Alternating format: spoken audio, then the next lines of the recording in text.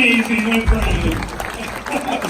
Thank you. That was the best introduction I've ever had, ever. Oh, great. We're so glad that you liked it. Well, let's just tell the audience how this is going to play out. So I'll have a nice little chat with Doug, 5 or 6 questions, and then we'll be taking questions from the audience. So we'll have mics, you go on the line, and you do your question. If you want to ask in Portuguese, there's no problem, I'll translate.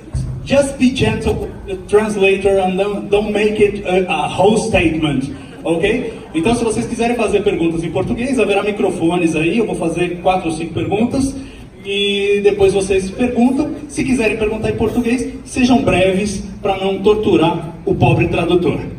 Well, Doug, I'd like to start. Yeah, great, let's. This is nice, right? Please forgive me for not speaking Portuguese. I'm so sorry. Thank you. Nobody but us speaks Portuguese. You don't have to worry about it. Anyway, so I'd like to warm up talking about the big movie you were in that went on to win the Oscar, The Shape of Water, and you were amazing. And one of the most incredible things is that the 2 characters that can't speak are the ones who say it the most on the movie. And of course there's a lot of body language. How do you develop this whole kind of language to transmit the feelings that the creature has along the movie? Well, when you think about it, when we communicate as human beings back and forth, so much of our communication is visual, right? Like right now I'm using my hands and facial expression and you're getting more of the idea. Can you hear me okay? Is this all right? Yeah, okay. So when you take the words away, we have to rely on the visual. And falling in love, which are my fishman character and the human, Eliza, played by Sally Hawkins, who's wonderful in the movie. I think that words can deceive, and words you can lie through, but touch is honest. A look to the eyes is honest, and that's where the love happens. So that was very easy to do, actually. I see. And how is the process of developing that? Because you have to do that from the perspective of a creature, and then at the same time that the language must be comprehensible to humans, it must be alien. So how do you mix up these 2 aspects of the thing? The 2 aspects being, again, I'm sorry? Being an alien on one side and being human, so that we can understand the feelings that you're going through. Oh, right. Well, yeah, I think the best alien or monster creatures I've ever played have been ones that have been written with human characteristics.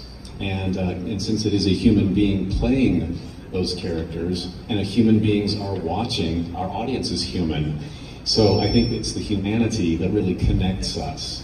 And we learn a lot through our monsters, because we can escape from our real world and see an alien or something fantastical in outer space, or in a dark underworld, whatever the movie or TV show is, and we can escape our current situation, go into that movie or TV show, live the fantasy with the monsters and aliens, come back out of that when the show or the movie is over, and we can go back to our real life, empowered to conquer the demons in our real life, I think. I hope. Whoa, great. And what's that? Let's talk a little bit about Saru, because Saru is another ball game, right? Because one thing is to do a movie, you inhabit a character for some time and then you leave, you have to abandon the character. And in case of Saru, you're doing it for a long time. How does it make you feel? Is it more proprietary, the character, when you leave it longer? Yes, well, Saru is now, after 2 seasons on Star Trek Discovery, I've done a total of 29 episodes as Saru, which makes him now the most lived with character that I have ever played. I've played Saru more than anything else, any other character in my entire career. So I was on 3 seasons of Falling Skies, but those totaled 28 episodes. So I'm now, Star Trek Discovery is now 1 episode more than that. So living with him, when you live with a character for this long, and I'll be living with him for more years to come. I hope. I hope it